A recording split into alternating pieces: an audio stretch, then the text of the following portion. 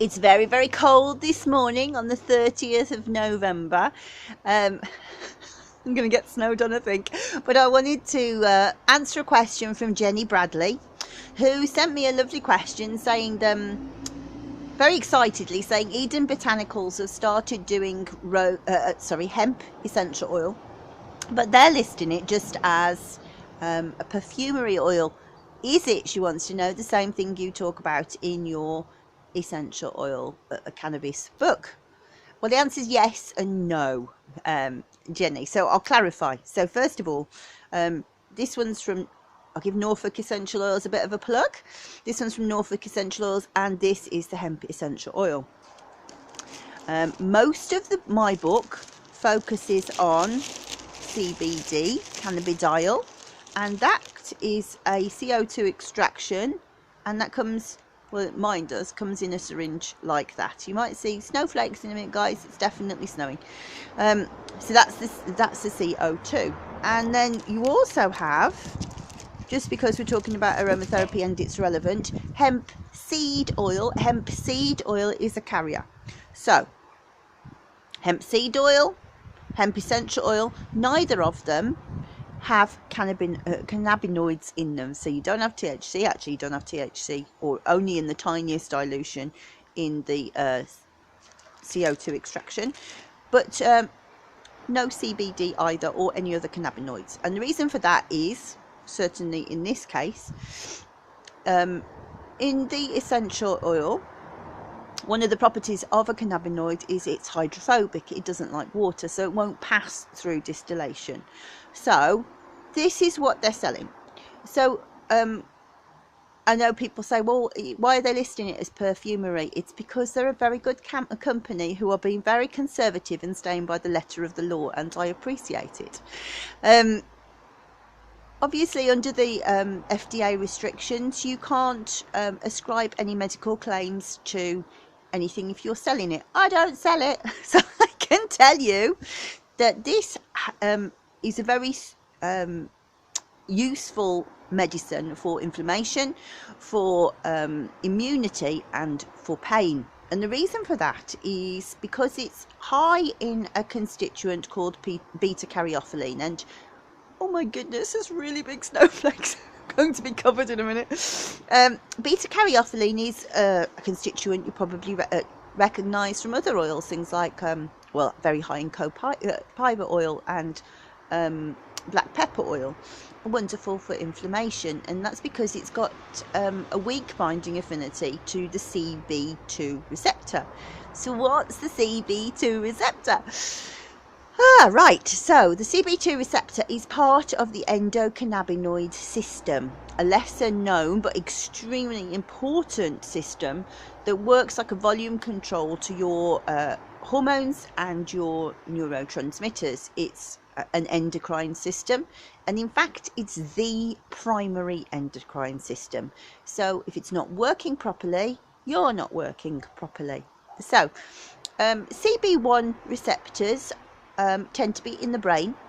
Very quickly they are involved in things like cognition, memory, appetite, pain, itching, bizarrely.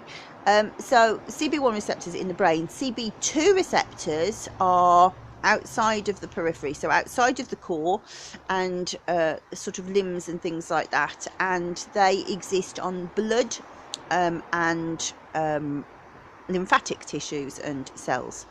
So a cell will have two different places to interact with a ligand, and in our case the ligand in here would be CBD and lots of others, but in here the ligand is beta-caryophyllene. And so beta-caryophyllene helps to boost immunity, to reduce inflammation, and to calm pain. So it's a really, really powerful thing. And I have to say, of all the oils, I used to use Ravensara the most for boosting immunity. This has taken its place. If I get a cough or a cold, this seems to work really fast at just eradicating it. It's just fantastic for boosting immunity. But of all the uses for it, I find meditation with this is absolutely incredible. So it's funny actually, because you know how if you smell some, I mean, if you smoke marijuana, then you'll know this, but if you walk past somebody smelling it, it's got a kind of grubby smell, hasn't it, marijuana? And I think the grubby smell must be the cannabinoids, because that smells and tastes like you are sucking the bottom of a lake. It's very unpleasant. I mean, you know, if you've got epilepsy or you're suffering from cancer, or who cares what it tastes like, but you know, it is horrible. This smells, it's really lovely. It's light, it smells like fresh hay, and I probably now shouldn't have done that because I'll never stop talking. It's just got this incredible way of just inspiring thoughts, and thoughts leap and make connections very, very quickly. And I have to tell you, I mean, if you've seen the book that I wrote, it's 400 pages. It took me 9 months, and it's only a third of the notes that I took. You know, I scribbled a lot out, and it is the herb that does it. And not only does it inspire incredible creativity, it's also such a benign oil from the point of view of seeing other people's points of view, and it's amazing for things like forgiveness. I can remember very clearly what I wrote in the book, because I kind of see it the same way as just smelling it. It kind of turns you to look at a landscape from a different point of view. You see a different emotional landscape, and it's like the sun is taken out of your eyes, and you looking at things that have happened, and you just go, oh, that's what I did. Oh, I get it. And it's you know, anger and hostility are such terrible emotions, and they destroy you physically. Hostility, you know, we know that it breeds inflammation in the body, and so isn't that strange that I'm saying that it really reduces inflammation, because it really does, but it reduces hostility. So how are those two connected? Well, I don't know. I don't think it's a thing for our generation to know. Maybe it's for our grandchildren to know. What I'm telling you, this is fantastic stuff, fantastic stuff. In terms of, they say it's for perfumery. It's a magical blending oil. I've never known an oil like it. There's something about it, it doesn't have an ego. So if you think of like psychological terms, you have the ego and the id.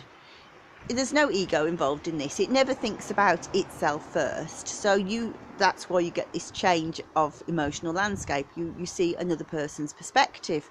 But when you're blending, it's just fantastic for bringing out the subtleties of the other oils in the blend. On its own, it's lovely, but you wouldn't want to wear it.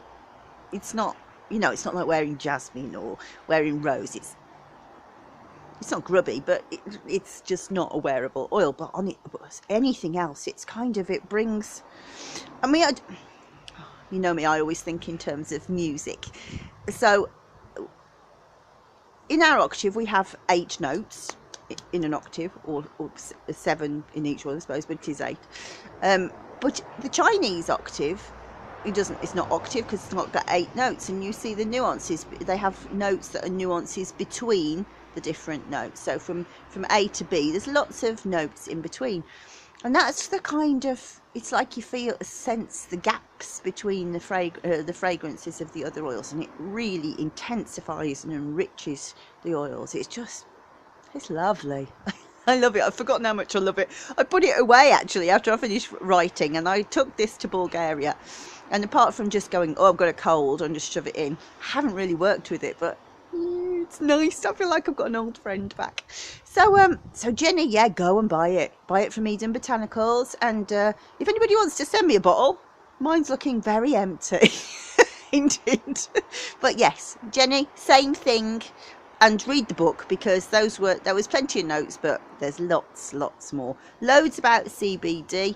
Everybody, please come and learn about CBD. I think that aromatherapy is lacking now without this. And carrier oil, because it's from the seeds, there aren't any cannabinoids in the seeds, but yeah, eczema, I'm telling you, this is the stuff to cure your eczema. So yeah, Jenny. Go and spend some money with Eden.